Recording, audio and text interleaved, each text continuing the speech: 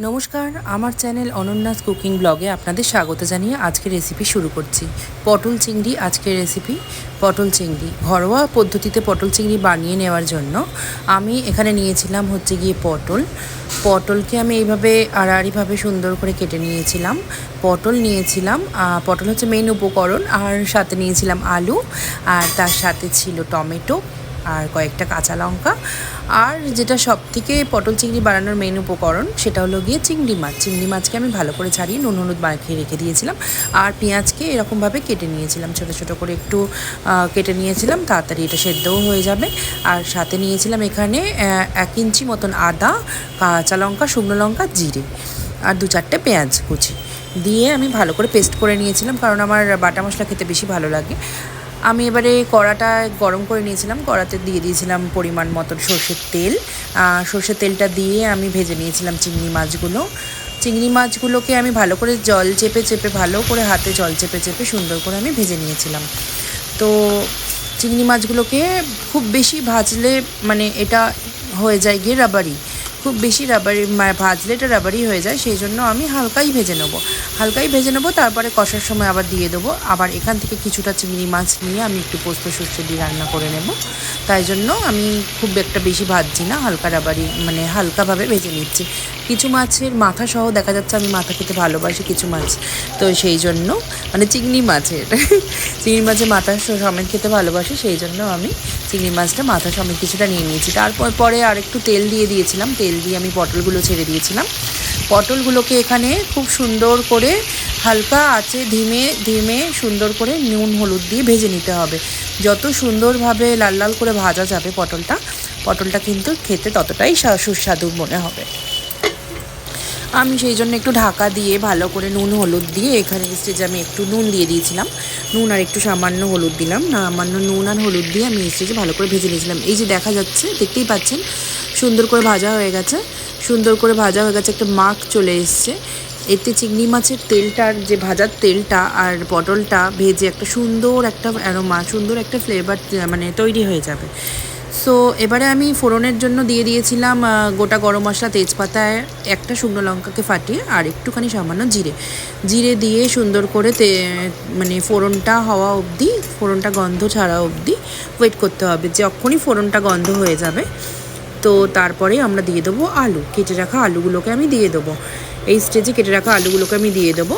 আর আমি এটা ঘরোয়া পদ্ধতিতে বানাচ্ছি বলে আমি বিশেষ করে কোনো টক দই দিচ্ছি না, বা অনেক মানে বিয়েবাড়ি স্টাইলে যদি এটা বানানো হয় তাহলে একটু টক দই আর কাজু বাদাম আর 2-4টে চারমগজ দানা, মানে কিছুটা চারমগজ দানা আর 2-4টে কিশমিশ দিয়ে পেস্ট করে নিলে ওটা কিন্তু বিয়েবাড়ির মতন একদম খেতে লাগে।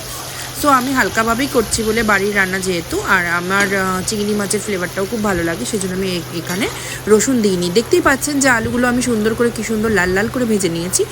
লাল লাল করে আলুগুলো ভেজে নেওয়ার পরে আমি আর আলুগুলোকে তুলিনি, পেঁয়াজটা দিয়ে দিলাম, কারণ আলুটা হতে তো একটু সময় লাগে, তাই গ্যাস অপচয় না করে বেকার পেঁয়াজটাও ভাজা হয়ে যাবে একসাথে, আর আলুটাও তার মধ্যে হয়ে যাবে। সেই জন্য আমি গ্যাসটাকে মিডিয়াম টু লোতে রেখে আমি পেঁয়াজটা দিয়ে দিয়েছিলাম। পেঁয়াজটা দিয়ে এর মধ্যে আমি একটু নুন অ্যাড করে দিয়েছিলাম, আর আলুটাকে আমি ঢাকা দিয়ে ভাজতে আর একবার দুবার আমি নেড়ে চেড়ে নিয়েছিলাম, একটু নুন হলুদ দিয়ে দিয়েছিলাম, যার ফলে কালারটা খুব সুন্দর এসছে। সো পেঁয়াজটা দিয়েও আমি ঢাকা দিয়ে দিলাম, ঢাকা দিয়ে দেওয়ার পর ঢাকা খুলে পেঁয়াজটা ভালো করে হয়ে গেছে। এবার আমি টমেটো কুচিগুলোকে দিয়ে দিলাম, টমেটোগুলোকেও আমি সেম কুচি করে নিয়েছি।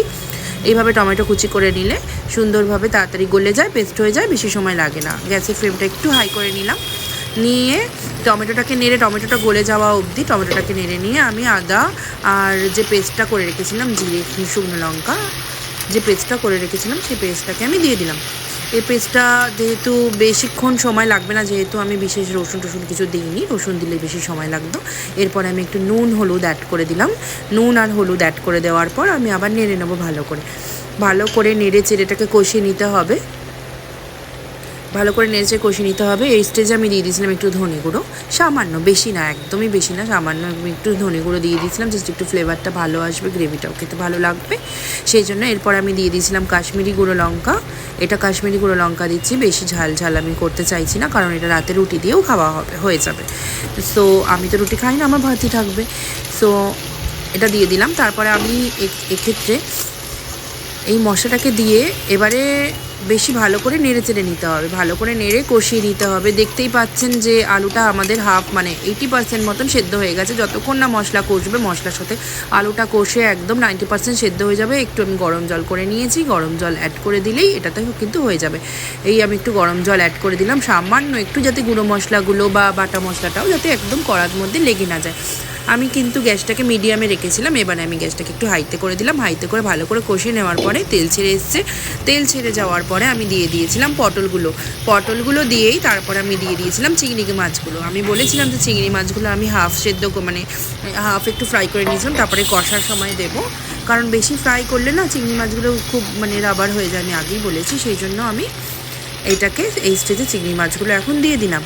চিংড়ি মাছগুলো দিয়ে দেওয়ার পরে ওই গরম জলটা, চিংড়ি মাছটা আমি যেটার মধ্যে রেখেছিলাম সেটার মধ্যে আমি একটু ওই গরম জলটা দিয়ে দিলাম, তাতে তেল ঠেলগুলো সব পুরো উঠে চলে আসবে। খুন্তিটা ধুয়ে সুন্দর করে আমি যতটুকুন আমার গরম জল লাগবে দিয়ে দিয়েছিলাম। এইবারে ঢাকা চাপা দিয়ে দিয়েছিলাম, 2-4টে কাঁচা লঙ্কা দিয়ে দিয়েছিলাম। দিয়ে দেখতেই পাচ্ছেন কত সুন্দর রং এসছে। আমার কিন্তু একদম রেডি, একদম ঘরোয়া পদ্ধতিতে আলু পটলের চিংড়ি একদম রেডি। আমি দিয়ে দিয়েছিলাম একটু একদম হাফ টিস্পুনের থেকেও একটু কম ঘি দিয়ে আমি ঢাকা দিয়ে রেখেছিলাম। রেখে আমি স্ট্যান্ডিং টাইম দিয়েছিলাম, দিয়ে এই যে আমি নাড়িয়ে দিলাম, দিয়ে আমি স্ট্যান্ডিং টাইম দিয়ে দিয়েছিলাম, দিয়ে তারপরে আমি ঢেলে নিয়েছিলাম একটা পাত্রের মধ্যে। এইবারে আমার পটল চিংড়িটা নামিয়ে নেওয়ার পালা। এই দেখুন পটল চিংড়িটা কত সুন্দর দেখতে হয়েছে। আমার সম্পূর্ণটি ভিডিও দেখার জন্য ধন্যবাদ। আপনাদের সকলকে এইভাবে মোটিভেট করুন, আমি পরবর্তীকালে